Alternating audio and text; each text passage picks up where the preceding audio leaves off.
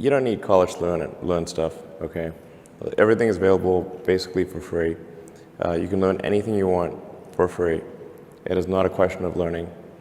There is a value that colleges have, which is like, seeing whether can somebody work hard at something, including a bunch of sort of annoying homework assignments, and still do their homework assignments and kind of soldier through and get it done. That's like the main value of college. And then also, if you probably want to hang around with a bunch of people your own age for a while instead of going right into the workforce. So I think colleges are basically for fun and to prove you can do your chores, but they're not for learning.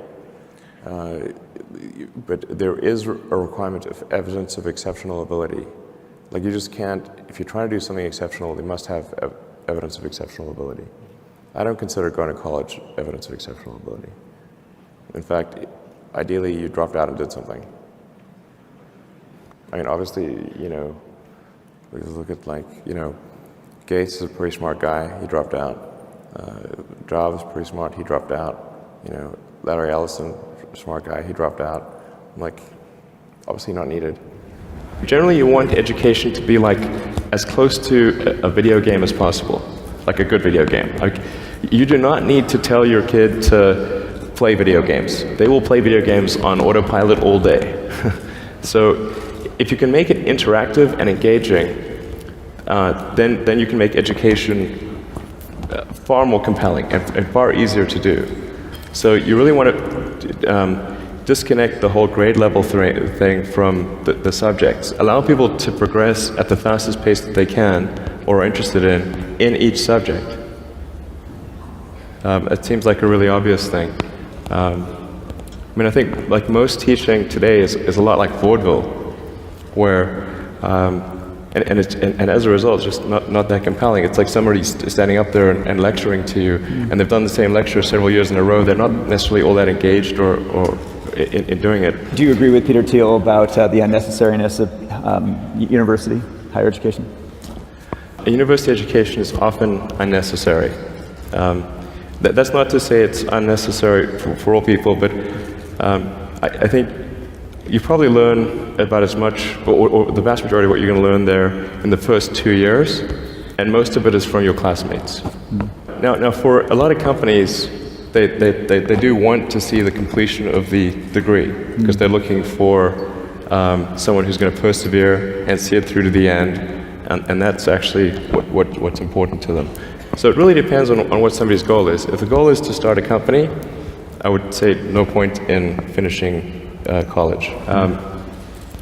So I think that's how it should be, and it shouldn't be that you've got like these grades where people move in lockstep, and so everyone goes through, goes like normally, we'll go through English, math, science and so forth from like 5th grade to 6th grade to 7th grade, like it's an assembly line.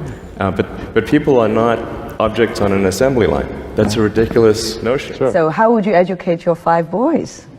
Actually, I created a little school. Yeah. What kind of school? Could you describe to us? Sure. It's small. It's only got 14 kids now, and it'll have 20 kids in September. It's called Ad Astra, which means to the stars. That's maybe a bit different from most other schools, is that there aren't any grades. There's no like grade 1, grade 2, grade 3 type of thing. Making all the children go in the same grade at the same time, like an assembly line. I know.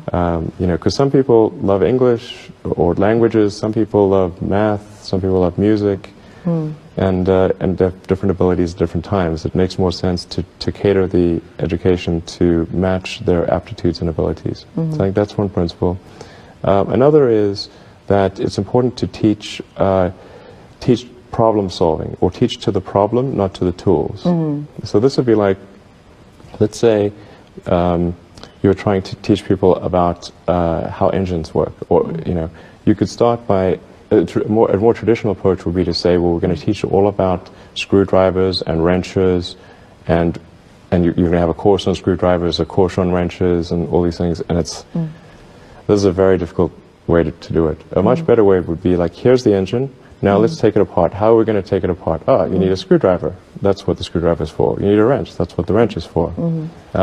And then a very important thing happens, which is that the relevance of the tools becomes apparent. It seems to be going pretty well. I mean, the kids really love going to school. I think that's a good sign. You know, I mean, I hated going to school when I was a kid. It was torture.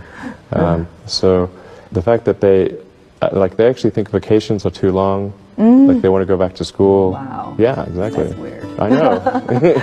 You know, if you think of like what is education, like you're basically downloading data and algorithms into your brain, and it's actually amazingly bad in conventional education, because like it shouldn't be like this huge chore. Like the more you can gamify the process of learning, the better. Like, and I think unfortunately, like a lot of education is very vaudevillian. You've got you know, someone standing up there kind of lecturing at people, and they've done the same lecture 20 years in a row, and they're not very excited about it. And that lack of enthusiasm, you know, is conveyed to the students. They're not very excited about it. They don't know why they're there. Like, why are we learning this stuff? We don't even know why. In fact, I think a lot of things people learn, probably there's no point in learning them, because they never use them in the future.